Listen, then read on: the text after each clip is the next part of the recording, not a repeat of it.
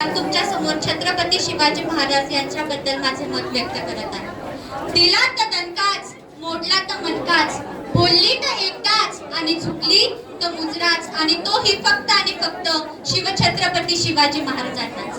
हर हर महादेव आवाज सुटला, मुघलांच्या कपाळावर घाम फुटला, मावळ्यांच्या झळकल्या नंग्या तलवारी, मुघल पळती माघारी. शिवबा, जर तुम्ही अजून 10 वर्ष जगला असतात ना, तर मुघलांनी सुद्धा भगवाच फडकवला असता. रुद्राचा अवतार तो, वाघाचा ठसा होता. विचारा त्या सह्याद्रीला आणि विचारा त्या सागरी लहरींना, माझा शिवबा कसा होता, माझा शिवबा कसा होता. वक्त बरोबर 12:35 महाराजांनी गड सोडला. आता सोबत घ्यावं कोण? येसाजे, कंकाजे, मुरारबाजे, नेताजे, जीवा महालाय, संभाजी खाऊजे. मग महाराज काय म्हटले? जाऊ सगळेच, सोबत तर सगळेच. पण अफजल खानाच्या भेटीच्या वेळी महाराजांनी सोबत कोणाला घेतलं? घेतला जीवा महाला, घेतला संभाजी कावजी. ना तानाजी, ना बाजी, ना येसाजी, ना कंकाजी. मग जीवा महालाच का? दानपट्टा फिरवण्यात वाकबगार आहे तो. मग तोच का? अहो, अफजल खानाबरोबर सय्यद बंड आहे आणि त्याच्याशी झुंजायला हवा फक्त आणि फक्त जीवा. सोबत घेतला संभाजी कावजी, हत्तीसारखा पहार हाताने वाकवणारा. मग तोच का? अहो, दस्तूर खुद अफजल खान कसा आहे आणि आखाड्यात पैलवान उतरवण्याचे झाले तर एकाच गटाचे हवेत ना, तरच कुस्ती रंगते. महाराजांच्या चारित्र्यामध्ये महाराजांनी एक चाल परत नाही वापरली आणि एक माणूस पुन्हा नाही वापरला. सगळं चारित्र्य काढून बघा, एक चाल परत नाही आणि एक माणूस पुन्हा नाही. महाराज अफजल खानाला भेटायला गेले, शाहिस्ते खानाला नाही, तिथे छापाच टाकायला गेले. महाराजांनी अफजल खानाला ठार केलं, पण मिर्जाशी मात्र तह केला. प्रत्येक प्रसंगात चाल वेगळी, प्रत्येक प्रसंगात, आणि माणूस तोही वेगळा.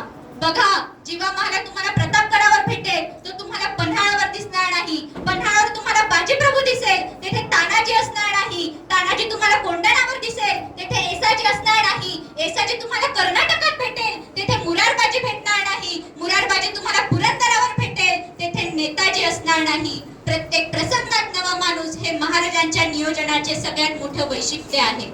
बरोबर 12:30 वाजता महाराजांनी गड सोडला. सोबत जीवा महाला, संभाजी कावजी आणि 8-10 अंगरक्षक. आणि बरोबर 2 वाजता ते खानाच्या छावणी बाहेर पोहोचले आणि बरोबर 2 वाजता खानाला वर्दी मिळाली. शिवाजी महाराज येतायत तसा खान उठून उभा राहिला. समोर बघितलं, 5-5.5 उंचीचे देखणे रुबाबदार राजे शिवाजी आस्त कदम येताना दिसले. खानानं वकिलाला विचारलं, ये हे शिवाजी? वकिलाने मान डोलावली. खान 2 पावले पुढे आला, बाहू फैलावली. आव शिवाजी राजे आव. जसे राजे खानाच्या मिठीत गेले, खान महाराजांच्या पाठीवर पडले. ताप वाढला, जोर वाढला, मिठी आवळली गेली. त्याच वेळी खानाची कटार महाराजांवर पडली. त्रास जाणवला. त्याच वेळी महाराजांची वाघ नखा निघाली, खुपसली खानाच्या पोटात. दगा करत खान कडाडला. त्याच वेळी कृष्णाची भास्कर धावला, त्याने खानाच्या मस्तकावर वार केला. राजे बचावले गेले. त्याच वेळी सय्यद बंड धावला, त्याची दानपट्टा महाराजांच्या मस्तकावर पडणार. त्याच वेळी जीवा महाराजच्या दानपट्ट्याने सय्यद बंडाचा हात बुडवला आणि इतिहास पुटपुटला. होता जीवा म्हणून वाचला शिवा. म्हणून सांगावेसे वाटते, सह्याद्रीच्या छातड्यातून नाथ भवानी गाते. सह्याद्रीच्या छातड्यातून नाथ भवानी गाते. काळजात राहते आमच्या तुफान गरजती राहते. तुफान गरजतो आग ओकतो वाघ मराठी माझा. तुफान गरजतो आग ओकतो वाघ मराठी माझा. काळजात राहतो तुफान मातीचा राजा. सिंहाची चाल, गरुडाची नजर, स्त्रियांचा आदर, शंभूराजांचे मंथन, असेच असावे मावळ्यांचे वर्तन, ही छत्रपती शिवाजी महाराजांची शिकवण. काही लोक पराक्रमी असतात, पण ते चारित्र्यवान असतीलच असं नाही. काही लोक चारित्र्यवान असतात, पण ते पराक्रमी असतीलच असंही नाही. पण जो माणूस चारित्र्यवान आहे आणि पराकोटीचा पराक्रमी आहे, असा महापुरुष छत्रपती शिवाजी महाराजांशिवाय दुसरं कोणी असेलच असंही नाही.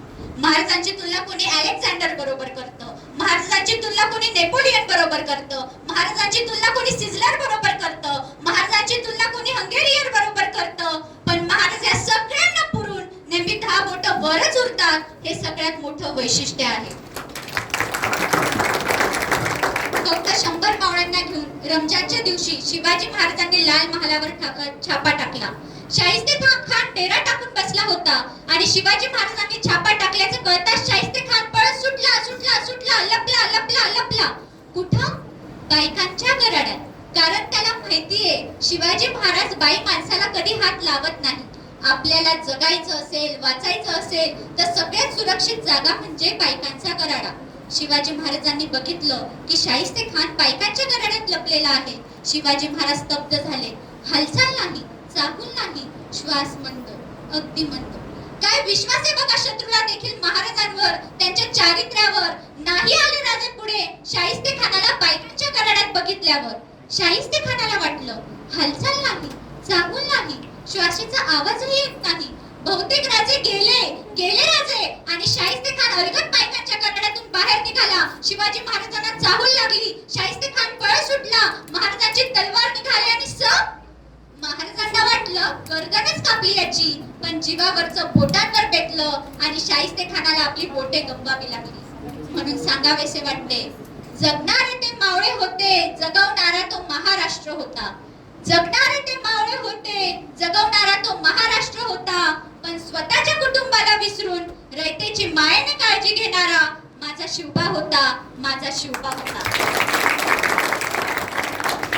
इतिहास घडवणारी माणसे इतिहास विसरू शकत नाही आणि इतिहास विसरणारी माणसे इतिहास घडवू शकत नाही. धैर्य कितीही असो, निरक्षर माणसाने सुद्धा इतिहास लिहून ठेवावा. असा तेजस्वी आणि ओजस्वी इतिहास याच मातीत घडला. इथल्या मातीचा जर ढेकूळ घेतला आणि तो ढेकूळ जर पाण्यात टाकला तर त्या पाण्यावर जो तवंग उठेल तो तवंग सुद्धा या मातीसाठी खर्ची पडलेल्या मावळ्यांच्या रक्ताचा असेल. आजूबाजूच्या सह्याद्रीची उंची वाढली ती उगाचच नाही. या सह्याद्रीच्या